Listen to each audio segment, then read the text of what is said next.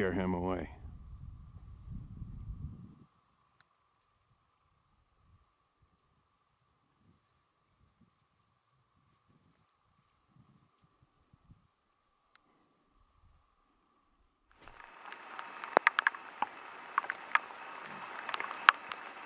Alright, so we're on our way back from steelhead fishing. It's pouring rain, you guys, so I promised to take you guys back in the woods to show you everything, but it's just not possible today. This is the spot. If you guys remember, I think it's a year ago, I sat on this log pile here, and everything was dead freaking silent. I started shitting my pants, and I had to leave. But I'm going to stop here real quick on the way home and show you guys that again. Anyway, Sarah braved the shitty weather, and she came out and hooked into 3 frickin' steelhead with me and caught her first one, so maybe I'll throw some of that footage in here. But I can't make a video here, it's just too much rain, cameras have a cover, we gotta get her back, she's still, stop here to show you guys this again and let you know, I'm gonna share a whole pile of voices back in the man cave when I get back, alright? I stopped here anyway.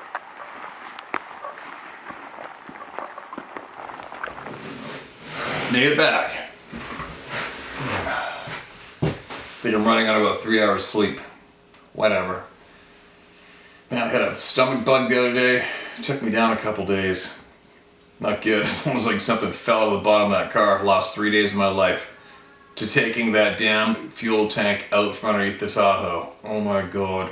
Top of the fuel pump was made of raw steel, man. The thing corroded away. The 2 fuel lines, you home and mechanics, certified mechanics know those 2 fuel lines coming to the fuel pump corroded right through at the bend. Unbelievable.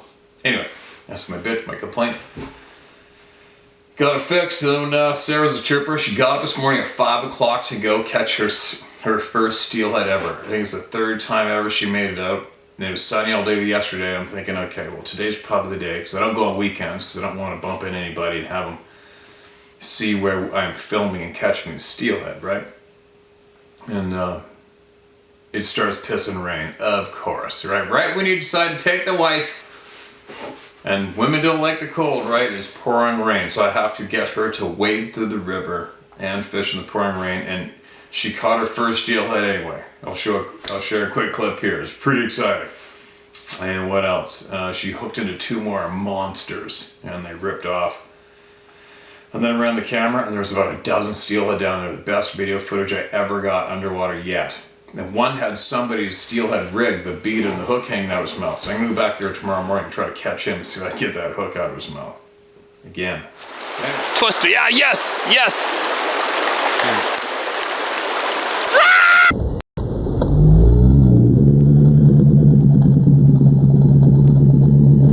Anyway, so that's what went down. Another quick note, when we were driving this morning, we were talking about the digital currency. Digital currency, the ultimate form of absolute control of every single one of us. It's no conspiracy, it's not political, it's truth. It's amazing to me. It's amazing when we were talking about it in actual realities, how, we're driving along thinking, man, this is going to be crazy when it's coming out. I think the States is the first one to start coming out with it. Cashless going into any national parks and a bunch of other government places are going absolute cashless. It's starting, right? But you got to think about it, you guys. When our world goes complete digital, if you've been a bad girl or boy, especially somebody like me online, you just say the right thing, they will, and they are going to be able to give me or you a little bit of a spanking and go, uh-oh, you know the rules. You're not allowed to talk like that online. You now cannot spend any of your digital currency on any traveling at all for the next 6 months. Okay, don't let it happen again. And if you do it again during those 6 months, well, they're going to limit your fuel purchase on your own vehicle, or your groceries, or whatever, right? That's what's going down. Isn't that amazing? And then we're really trying to picture it and thinking, holy cow, this is really going to have a bad effect on, say, homeless people. The homeless people, they go around here, they go and collect empty soda cans, beer cans, they get money that way, get money other ways. They're going to be done like dinner. And then we're talking about the cartel. What's the cartel going to do when there's no more money? Right? I guess it's not a bad thing for some. For some it is, some it isn't, right? But it's going to be interesting to see how the the true criminals are going to do business once the digital currency goes into effect. But the real bad thing is how absolutely every single thing you or I do from that point on will be absolutely controlled. You will not be able to do or say anything out of line without being able to be absolutely reprimanded, shut down, spanked, limited what you can do with your life from somebody else that doesn't like what you're saying or doing. And that's coming. Isn't that amazing? It's absolutely amazing, but I guess that's how they're going to benefit from our next, these current new generations are growing up doing this. All right? They got them. That's where the change comes from, is the children. Another topic, I guess, right? But the main reason I'm here is to get people heard. To get people heard. Although I wonder if I should be joining the war against the tyrants when it comes to controlling all of us and ruining our quality of life. Never know, right? Some rant. So it sounded like a huge kangaroo. Australian encounter. It sounded like a huge kangaroo. Hi Steve, I've been watching your channel for many months now. Yes, you can use my name, Susan Howlett from South Australia. You're a free woman. A free, brave woman, Susan. Pretty much on the other side of the planet. I really had no way to understand or process an experience that I had in 2003, which was very scary and almost supernatural. I had actually blocked it out for a long time and had not talked about it, as it brought up a whole lot of fear and anxiety. I've been watching a lot of log cabins and wilderness videos on YouTube, and then your channel popped up. Absolutely meant to see and hear these experiences from you and the community, that is for sure. I was traveling solo on a holiday in Byron Bay, a place in Upper New South Wales. That's across from the Great Barrier Reef, isn't it? I think a buddy of mine had a sailboat there once. In the hinterland, green, lush, rolling hills and thick rainforest. You guys probably heard of the devastating floods all along the east coast of Australia. I had explored many small towns over 6 weeks and decided it was time to come back home, but not before booking myself into a retreat. It was just past a town called Rosebank, a property that had a big main house set up on a hill. It had a big main lounge room with an open fire, dining and a communal kitchen surrounded by large windows which looked out onto the property. People could stay in the guest house or single cabins. I chose a cabin, and I was looking forward to a week of peace and serenity. There was a dirt road winding down from the main house to the retreat center. It was probably about a 10-minute walk. The road was barely wide enough for one car, and it had very thick, dense scrub on one side and a few meters of cleared bush on the other. The 4-day retreat that I was on had a large group of about 25 people, and it was lots of fun. We were walking up and down the dirt road each day, doing yoga, meditation, cooking meals, swimming in the creek, enjoying ourselves. It was awesome. I decided to stay on the property for a few more days. There was also another group using the retreat center, so I relaxed, reading my book and soaking up nature's beauty. I've always been a spiritual person, social, but also very at home on my own. The group invited me to come join them in the retreat center for their final dinner and gathering. They said, bring along instruments, so I took my hoop drum. It was a great evening. There was a woman there with a long, jet black hair, and a little voice inside me said, you're going to have a conversation with her. As it turned out, I didn't get to speak with her, not then. The evening finished around 11:30 p.m. and everyone jumped into cars and drove back up the winding dirt road to the main house. I was feeling so energized and happy that I said I would walk back up the hill on my own. I had no idea how dark or quiet it was to be when the retreat center lights turned off and the cars disappeared up the road. It was only half a moon in the sky above my left shoulder. Luckily, it illuminated the dirt road, which was a sandy color, and gave a little light to the scrub. I had my drum and began drumming and singing as I walked up the road. I know that I was feeling completely full of joy and gratitude, and I was thanking the universe for having such a beautiful experience at this place. As I was drumming and walking, I could hear a crunching sound coming from the scrub up ahead. It was quite dim at first, but was becoming louder and louder. I thought, What's making that noise? That sounds like a huge kangaroo or something. I stopped drumming and walking to listen. The loud cracking noise continued and sounded like a large person stepping through the bush, but I knew the scrub was so dense and so thick it did not make any sense that an animal or person would be walking through there. Then I had a sensation of fear flow through me. My next thought was, Spirit, I don't want to see anything scary. Just then, about 15 meters ahead of me, stepping out of the scrub and onto the road, was a huge being, completely black from head to toe, like a massive shadow.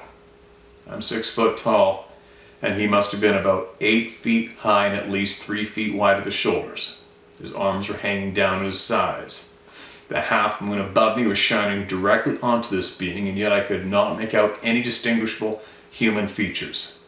I stood there for about 15 seconds looking directly at him and feeling like he was looking directly at me. I felt strangely calm, but my mind was scrambled trying to understand who or what I was looking at. He was huge, but I could not see anything except black. And so, of course, I did what anyone might do in that strange situation. I called out, "Hello." A bit like when you call out to someone at your front door when you're not sure who just arrived. This is when this creature, almost in slow motion, turned around and proceeded to walk back into the scrub. After that happened, I had an incredible surge of adrenaline pump through my whole body. My mind thought, shit, I have to walk up the road past him, be able to get to my cabin. I'm a woman, by myself, in the middle of the bush, with some huge, weird man wandering around. Instinct took over, and I began beating my drum, and my legs just started motoring up the hill. I looked into the scrub where he returned, but didn't see anything. Thank you, God. When I got inside my cabin, I realized I could not lock the door. And this is when panic set in. I felt trapped. I grabbed my phone, and I called my friend Doug back in Adelaide. I was explaining to him what had happened when the loudest bang you could imagine came down on the roof directly above my head. And I froze. Doug asked what the hell was that, and I said, I don't know. When I'm going to make a run for the main house, please stay on the phone with me. I'm the sort of person that would confront a threat and fight. But in that cabin I felt cornered. So staying there, being shit scared, was not an option. And now for what happened next was very strange. After hearing many of your stories, and also some of the Indigenous Australians sharing their experiences with these beings, I now believe that they may be also capable of shape-shifting. As I opened the door, I began running towards the main house. I had a huge fruit bat swoop down and smack me in the middle of my forehead, making me fall backwards to the ground. You gotta be kidding me. Oh my God. And this is when I lost my shit and lay there shaking in fear and laughing and crying at the same time. This is when a person came out of the cabin, up the hill, and I really cannot remember too much of what happened next, other than I went into complete shock. I felt like I was going to vomit, and went with her into the cabin and stayed there until morning. Understandably, I did not sleep a wink. Very early, I went up to the main house kitchen, still feeling completely traumatized, and guess who was there? The woman with the long black hair. She said good morning, but then soon realized I was in distress and asked me if I was okay. I poured out my whole encounter to this woman, and incredibly, she validated it and said, "Oh wow, you've seen the tall man." Apparently her daughter had an encounter a few years back. She described him as an ancient being that lived in the bush, and I said, "But he's real. I heard him and I saw him." She said, "He is real, but also spirit." She asked what I was doing at the time, and I said I was drumming and singing and feeling so much joy and giving thanks. She said that he was attracted to by my energy and light. The next night was my final night, so I packed my things in the day and decided to stay in the main house. That night, when I was reading in the lounge room, I had a very strange sensation of being watched, and just then 2 cats in the room both sat up and stared out the window in the same direction. So I said in my mind, no more. I went back to bed with headphones on, and I was thankful to leave the next day. I tried to share my experience with my family, and they could see that something traumatic and very real had happened to me, but they couldn't really understand. In fact, I still thought it was a tall man for a long time. A few people mentioned Yowies, but that sounded ridiculous to me. Not now. Yowie is an indigenous name given to these beings by the Aboriginal people. Seeing your YouTube channel and hearing these stories triggered my buried memory but after hearing more from your community and that you mentioned Australia, I decided to do some investigating. Incredibly, we have the Australian Yowie Research website, and there has been hundreds of sightings even here in Australia. There seem to be two main types here. A very large black Yowie and a smaller 4 to 5 foot reddish brown type. The Aboriginal elders say it's the small one you don't want to meet. He's a nasty trickster entity, so at least my encounter is with the big fella. I want to thank you, Steve. This has been the first opportunity for me to write out, share, and process this experience. And now I can actually feel grateful and privileged to have had an encounter with these beings. Even though it was very scary, I feel like I now have some understanding. And at least I know what made that huge bang on my roof. Bloody rock throwing. I truly believe that at this time, all secrets, lies, and deception are being revealed. I've not bought into any of the bullshit going on. No mask, no jab, no digital ID crap, and am bewildered at how many people have blindly complied. No shit. Unbelievable. I was in Canberra with almost 1 million other Aussies in February 22, making a stand for human rights. This is where our government used radiation weapons on the Australian people. Even now, many of us are still dealing with the effects, such as hypersensitivity to electromagnetic frequencies, breathlessness, and headaches. Like you and many others, I will fight these bastards for our children and future generations. Around 70 of us are building a community and connecting regularly to be prepared as much as we can. Our community and our stories hold power and wisdom. Bless you and your family, Steve, your Australian friend, Susan. Never back down, Susan. You keep fighting and get that community huge in size. I noticed, over the past year, Australia has really, truly been hammered on, man. Your government is a ruthless bunch of pricks. I mean, Canada geese overhead. It's a nasty thing what's going on in the world today. It's a real nasty thing, but I'll never forget somebody I was in contact before earlier in private. I'm sure they won't mind me saying this one sentence is very solid from someone in government. I won't even say which one. When they said to this man that the government does not care about anything except control of the labor to appease the entity. That's it. And that sentence is stuck in my head as I watch the shit show going on in the planet. And it makes sense, right? But who's that damn entity? But anyway, keep fighting. Keep fighting, Susan. And thank you so much for your email. And there is a group in Australia they're pretty diligent, they're pretty insistent, and don't stop apparently. And they captured some real good thermal video of two of these beings. They did it, but as usual, it doesn't really matter, does it? In the long run, when it comes to the general public, it just doesn't matter. It's frustrating, right? Moving along. Who else needs to be heard? My mother's encounter is the title of this email. Now I can't wait to get this damn room done. It's all taped, all the drywall's up and taped. Needs to be sanded a little bit yet. My mother's encounter. Dear Steve, my name is Angie Pilkerton. You can use it. Anyone that knows me knows I speak my mind. My encounter happened in February 22. I traveled to Jackson, Ohio to visit my mother. After reaching my mom's, we hopped in the car and headed to my sister's house a few miles south of Gallipolis, Ohio, on STRT7, Street Route 7. We were babysitting my niece and a friend because my sister and her boyfriend were going to a Valentine's dance. While we were there, it snowed, and when my sister returned home a little after 12 a.m., we left to head back to my mom's house. I decided to not take the back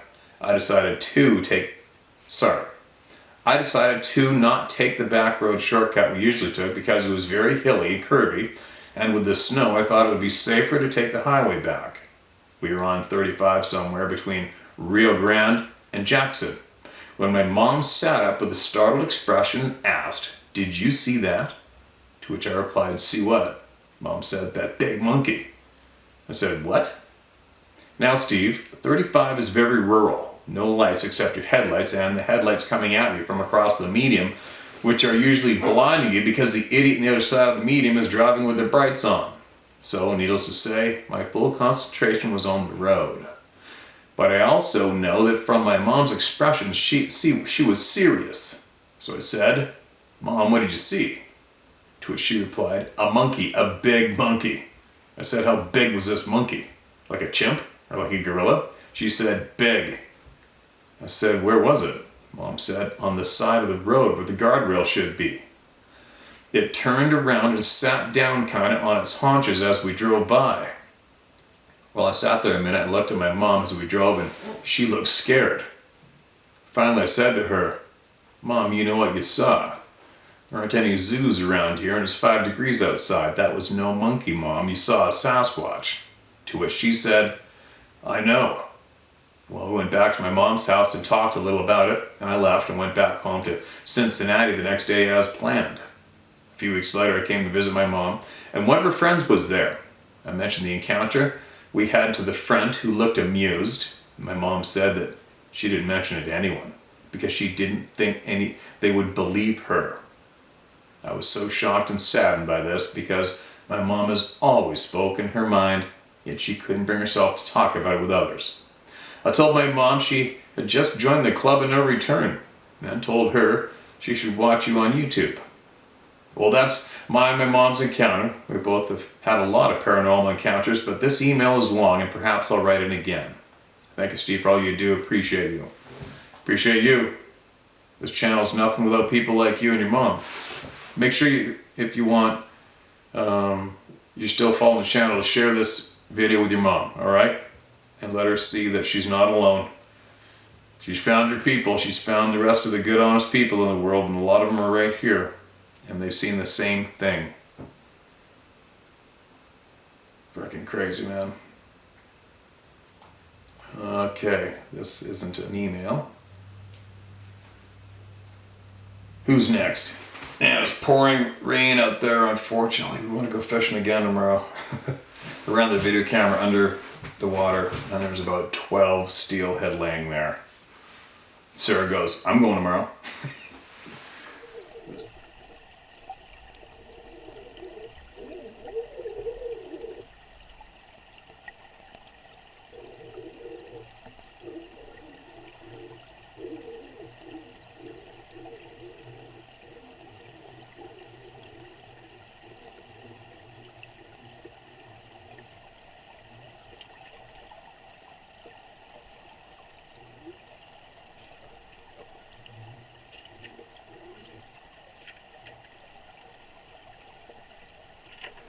If it's pouring rain right now, I might squash it.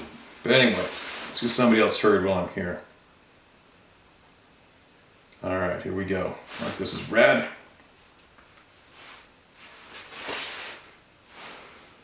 It's titled Scared. I found your site a while ago and it's taken a bit. Same old story. I'm 58, native born Los Angelino. I've been following you and David P. and am all in on the strange. I'm the father of 2 sons and 4 grandsons. They will be the next generation of leaders, and I'm proud to be their father. I served God and country from 85 to 89. I walked the Czechoslovakian border, guarded our tactical nukes. I also have made bad decisions that led to spending time in LA County lockup, more than twice. Not proud.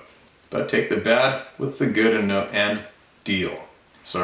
But take the bad with the good and deal. No experience with the Save. But some precognition on my father's side. Old country Romanian. Jew or gypsy, not real sure, but it's been there all my life. So I feel a sensitivity Those around me never have. My question is, why the fear? You've said, along with David P., there are no reports of attacks, intimidating and bullying, yes. But that is what one would expect from an alpha projecting his own, it seems to me. That we have to find a way to overcome that. Fear, if we are to learn. I am hoping to be able to learn more in the field soon. But for the time being, I have to rely on people like you and David for the research and to help with asking the right questions. And I am only referring to the Sabe. And perhaps with that, the other questions about the other beings will start falling into place. And if you need to let loose because of the trolls, don't worry. We have your back. Just like the others, tell the family what we can do to back you up. Keep on keeping on. Okay, man, why the fear? We got to overcome the fear. I know one thing on the fear. I believe that this channel is a prime example of how people are getting past the fear, because the reason this has not been spoken publicly about was 100% because about fear. Fear of ridicule, but it's still fear, right? So people are becoming more brave when it comes to talking about the topic, but when you talk about the fear from one of these beings, I don't know, man. I mean, there are some kick-ass, terrifying, highly trained dogs, canines out there, and they crumble just from sensing the presence. So I don't know. There's some brave people out there, man. You look at what Ron Moorhead and all his friends did way back in the day. They went back up that frickin' mountain. They constructed a barrier fortress out of logs around themselves and fortified it, and they went back up there and threw themselves into the middle of speaking to and recording from these beings. That's a good example of getting past the fear. And look what happened. They managed to get possibly the most insanely crazy videos of our time to date, of the sounds they make. But I don't know. I'm a firm believer to go with your gut instincts. For me, if I go against my gut, I lose. And especially that's held true with me in the bush when trailing possibly wounded grizzly bears, right? And having encounters with game that could possibly kill me. My gut instinct's been correct in keeping me alive. So I guess it would be hard for me to break that rule. You know what I mean? To ignore the fear and push forward when it comes to these beings. Because your gut is telling you what to do and you have to listen to it. So I don't know, it's a tough one, right? It's a big question, but it's a tough one. You know? I know there's a lot of people out there that make videos and TV shows and go out there and bang in the trees and do this and that in the night, when in reality they're only about 15 meters from the frickin' side of the road or the cabin they've rented to stay in. You know what I mean? I don't think there's not very many people that are actually truly going up into the middle of nowhere by themselves and just submitting their soul to whatever may come their way during the night or the day, right? I don't know, it's a tough question, the fear. Fear sucks, right? Fear sucks. It stops human beings from so much. It stops people from being themselves. It stops people from experiencing life. It just sucks. Now, who's next? This email is titled The Road. Hi Steve, greetings from Missouri. Before this story is lost to time, I want to relate to you how my late aunt, uncle, and aunt almost joined the ranks of the missing without a trace. When gas was cheap, it was common practice to cruise the back roads enjoying the rural scenery. This afternoon, they were rolling down the 59 highway south of St. Joseph, a route they grew up around. 59 runs along the base of the heavily wooded Missouri River, bluffs on one side and the fertile floodplain on the other. On this day, they were surprised to see a country road they've never noticed before, leading off the highway into farm country. Curious, they turned up the highway to explore it. My uncle told us the moment they turned onto the road, they felt the day slightly dimmed and the atmosphere fell off. They noted it but weren't alarmed. As they continued, their unease grew. The road seemed to go on a lot longer than it should without connecting to a familiar road. There were people along the way, but they weren't right. They seemed focused on somewhere far off. Finally, they drove alongside an older woman walking in the road. They stopped to ask directions back to the highway. She gave them a forlorn look and asked, "Are you lost too?" And that scared them. They drove for what seemed hours, when thankfully they finally found the 59 and hightailed it back home. Several days later, they drove back down the highway to check the placement of that weird road, and it wasn't there. It wasn't anywhere. It was never seen again. How close to never coming home did they get? My uncle was scrupulously honest. If he said it, you could bet your life it was true. Regards, Pat Griffith. That's a holy shit one, Pat. Right? I don't know, I haven't a clue what to say about that one. I've never heard of something like that happening, but when we talk about the magnetic fields, the electronic fields, whatever's going on, it kind of ties in, right? With the pressure changing, with a lot of people seeing something distorted, that's all leading up to the strong possibility that there is just another parallel time. There's just another time or place paralleling us, whether it's all around us. I don't know. It's, for me, the simple guy like me, it's hard to explain or understand. There's some weird things going on, right? Now I wonder if anybody else is going to be able to chime in with something similar to the road. That's creepy. That's creepy movie fuel, right? Gonna get this one more done, then I'm going in. One more. Howdy, Steve. I hope you're doing well. My name is Ty Parks, and I'm a veteran of the United States Coast Guard and still currently serving on the reserves. I've had some weird things happen to me in my life that I'm trying to fully understand, and your channel has been a huge help. Most of the strange things happen in Florida, where I live, and North Bay, Ontario, where I used to live. Anyways, I'm trying to help out the community and create a document that would allow people to have encounters to essentially fill out a form which would track specific events in each encounter. That way we can possibly fit some more puzzling pieces together. My hope is to make a website where we as a community can track all the aspects of encounters. I've attached the form if you're interested in possibly using it for people who are submitting the stories. Very respectfully, Ty Parks. Thanks, man. That's a kind offer. It's a kind thing to do.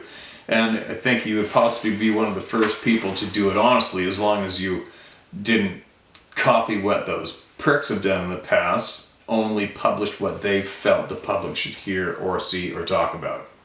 And stuff all those other tens of thousands of good, honest people in the garbage. That's what they've done. That's what they still do today. Not too cool, is it?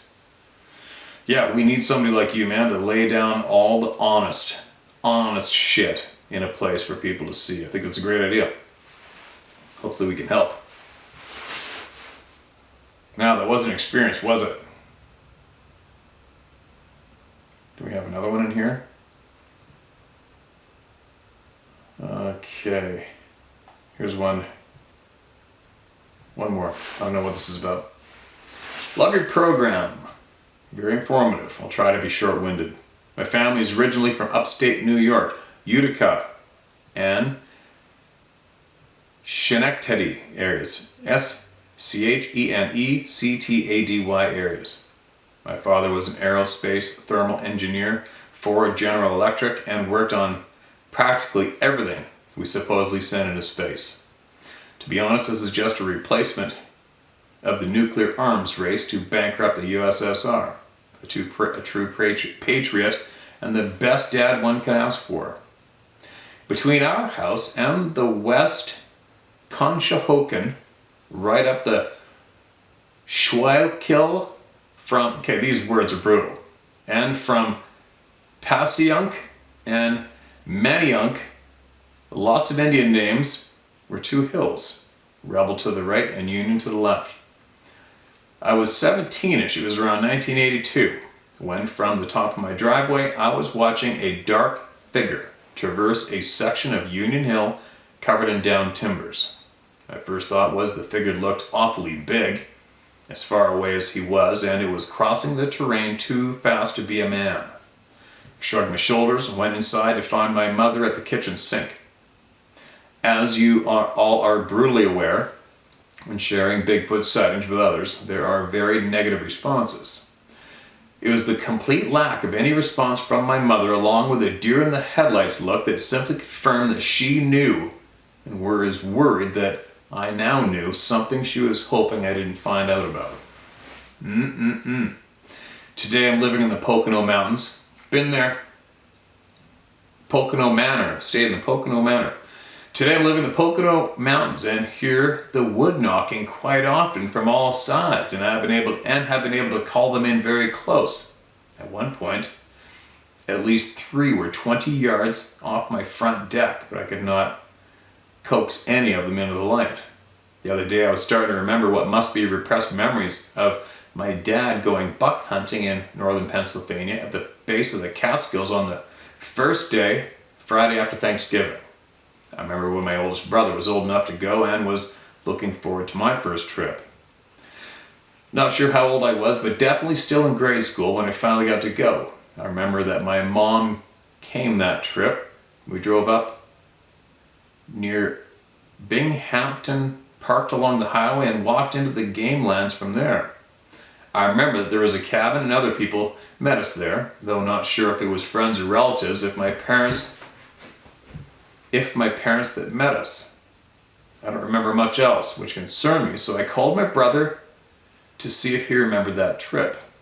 He said that Dad never hunted, and I must be mistaken, though I'm pretty sure that there's a lot more to that story, and must have been quite an encounter with me and my parents, again judging by my mother's reaction to my first sighting. I used to think it was my father. The big guy was watching over from Union Hill, and I'm sure it's been our family. Though these days I think it's been mostly me that's been marked as special duty of protection.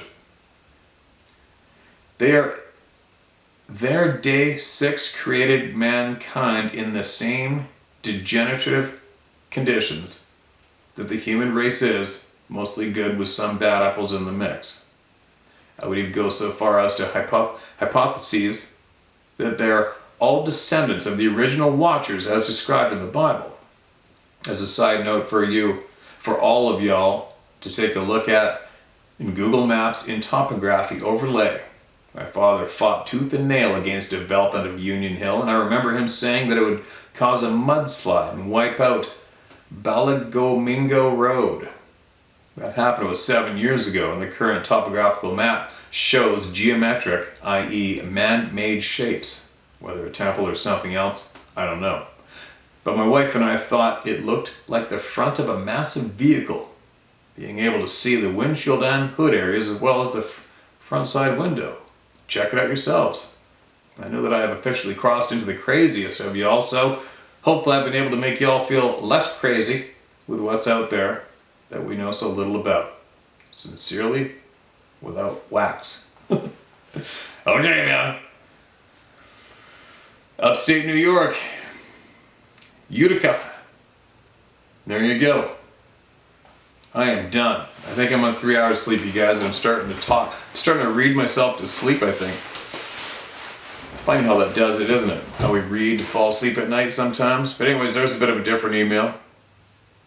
Guess here comes up. Somebody's going to look that up on the Google and see what's going on.